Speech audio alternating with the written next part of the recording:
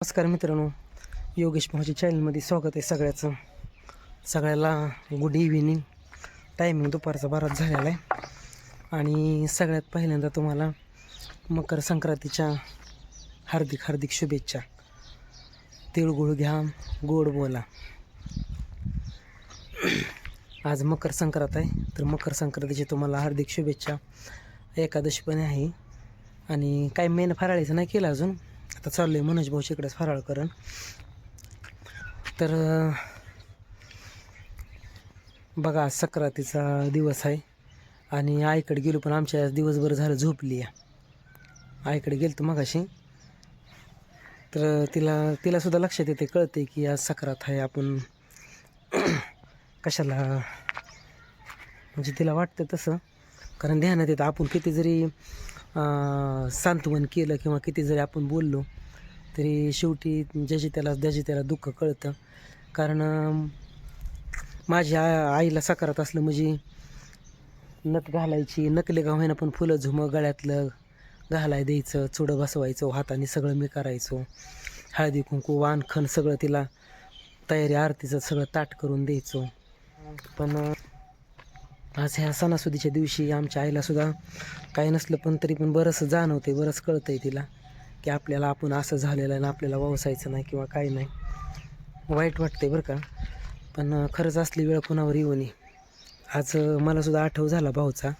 आज मस्त सणासुदीचा दिवस आहे, पण वाईट वाटलं थोडं, कारण भाऊचा मला प्रत्येक गोष्टीला आठव होतो. कारण मी भाऊसाठी मी केलेलाच आहे, मला मी कुठं कमीच पडलेलो नाही. आणि आज अशी वेळ आलेली, आमच्यासुद्धा आईला वाईट वाटते. काय करायचं, हातातली गोष्ट नाही, आपण काही करू शकत नाही, पण नाही इलाज आहे त्या गोष्टीचा.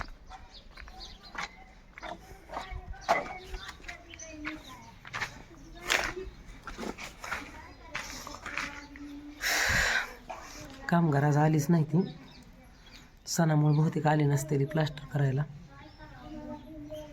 थोडंसं पाईप बिप सामान आणून टाकलेलं आहे. काय करायचं, मला दादाचा फोन आला का, योगेश भाऊ काय झालं तुमचा, लय इमोशनल व्हिडिओ बघितला.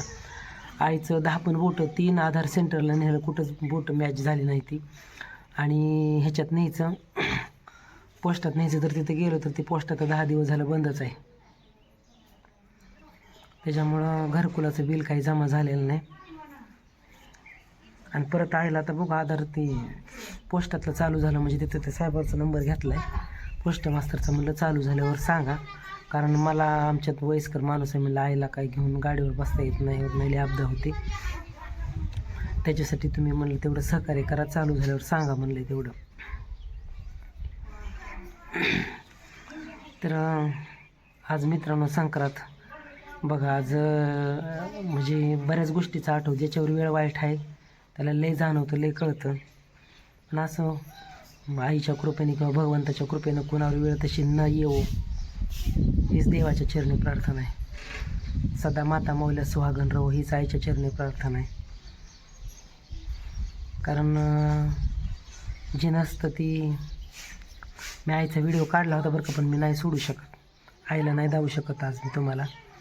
कारण वेळ खराब असल्यामुळं आई नको म्हणली, माझ्या आईची बोलली पण नाही. सकाळ जर छान बिस्किटचे खाल्ले, त्याच्यावर जी झोपली ती परत काहीच नाही. पहिलं मी मंदिरात जायचो आईसंग, तिला खण येत नव्हता, तिथं नेऊन द्यायचो, मग बसून बसून वसायची. मग येताना कुणी पण बाया आणायच्या तिचा खण. माझीसुद्धा पळापळी असायची, आईला हे करून द्यायचं, हे आई ही साडी घाल, आई ही घाल, ही नथ घाल, नकली गळ्यातलं आणायचं. सोन्याचं नसायचं पण नकली आणून नटवून आयला. प्रत्येक सक्रातीला मी जुडवी करून आणायचो. गेल्या वर्षी नथ आणलेली सोन्याची नथ तशीच आहे, एक दिवससुद्धा माझ्या आईने नथ घातली नाही. सक्रातीला गेल्या वर्षी करून आणली होती, दिवाळी झाल्यावर. ती दत्त जयंतीच्या आधी, सक्रातीच्या महिना लागायच्या आधीच भाऊंचं असं झालं, त्याच्यामुळं ती नथसुद्धा तशीच आहे. नथसुद्धा मला घालणं झालं नाही किंवा आईनं देवानं घालून दिली नाही आईला. पण काय करायचं, नाही यायला जाय. मग आज आनंदाचा दिवस आहे, पण ज्याच्यावर वेळ आली त्याच्यासाठी दुःखाचा दिवस आहे. मग आमचं भाऊ एका जागेला का असं ना, पण माझ्या आईला किती जॉम होतं, किती होतं. काय करायचं, नाईलाज आहे. जॉम होतं शेवटी. कसं आहे, नवरा म्हातारा असो किंवा ती म्हणच आहे म्हातारा नवरा जेवायला आधार, तसं हातोराला जरी बसला तरी लय जॉम होतं, लय होतं. असू द्या मित्रांनो, काही नाईलाज आहे, कोणाची वेळ. वाईट वाटलं पण मी सणासुदीच्या दिवशी रडत नाही किंवा काही नाही. वाईट वाटलं, आनंदाचा दिवस आहे. फक्त एक आठवलं म्हणून थोडासा व्हिडिओ बनवावा म्हणलं. आनंदाच्या प्रसंगी नको दुःखाचं काय. आणि असू द्या मित्रांनो, 3च्या नंतर सुहासनी बायांना ओसायचं टायमिंग आहे. आता 3 वाजत झाले, ते 3च्या नंतरच ओसायचा टायमिंग आहे.